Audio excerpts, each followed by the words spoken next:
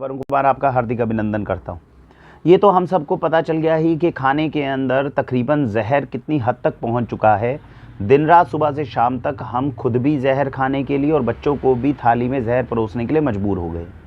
अब समस्या ये आती है कि इससे बाहर कैसे निकलें। बाहर निकलने का एक रास्ता है कि बच्चों को ऑर्गेनिक फूड्स खिलाए जाएं, खुद भी ऑर्गेनिक फूड खाया जाए।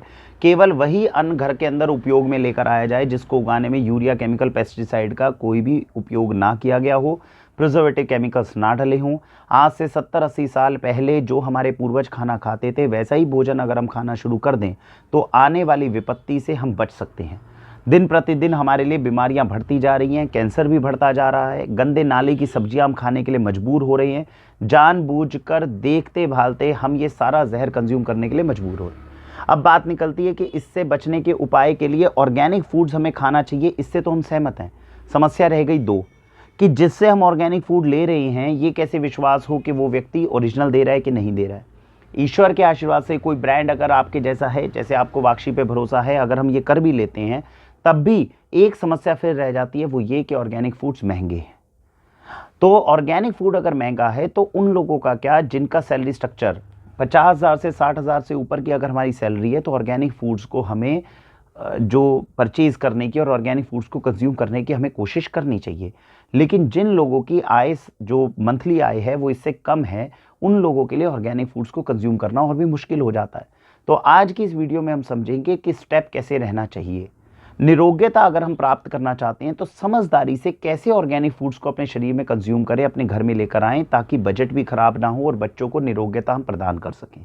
तो आइए समझते हैं इस वीडियो के अंदर कि ऑर्गेनिक फूड्स अगर एक्सपेंसिव है उसके बावजूद भी ऑर्गेनिक फूड्स हम कैसे खरीद सकते हैं। सबसे पहले आप एक बेसिक कॉन्सेप्ट को समझिए, और बेसिक कॉन्सेप्ट ये है कि हमारे रोगी बनने में दो चीज़ें इस वक्त सबसे ज़्यादा महत्वपूर्ण भूमिका निभा रही हैं। पहला है कि गंदा भोजन खा रहे हैं और दूसरा हम गलत भोजन गलत समय पर खा रहे हैं, यानी कि हम ऑर्गेनिक फूड भी नहीं खा पा रहे और ऑर्गेनिक लाइफस्टाइल भी नहीं जी पा रहे।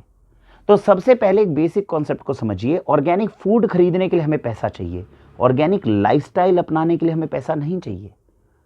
समस्या और दुर्भाग्य हमारा यह है कि ना हम ऑर्गेनिक फूड खरीद कर खा रहे हैं, ना ही ऑर्गेनिक लाइफस्टाइल को अपना रहे हैं।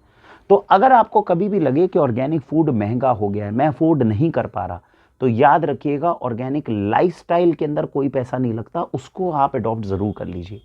इसी सिद्धांत के ऊपर श्री राजी दीक्षित जी ने अपना पूरा जीवन जो है वो निर्वाह किया है। तो इसके लिए वाक्षी अभी डिस्क्रिप्शन के अंदर आपको एक लिंक दे रही है, 7 सूत्र की हमने वीडियो बनाई है। चाहे आप ऑर्गेनिक फूड खाएं या ना खाएं, ऑर्गेनिक लाइफस्टाइल के ये 7 सूत्रों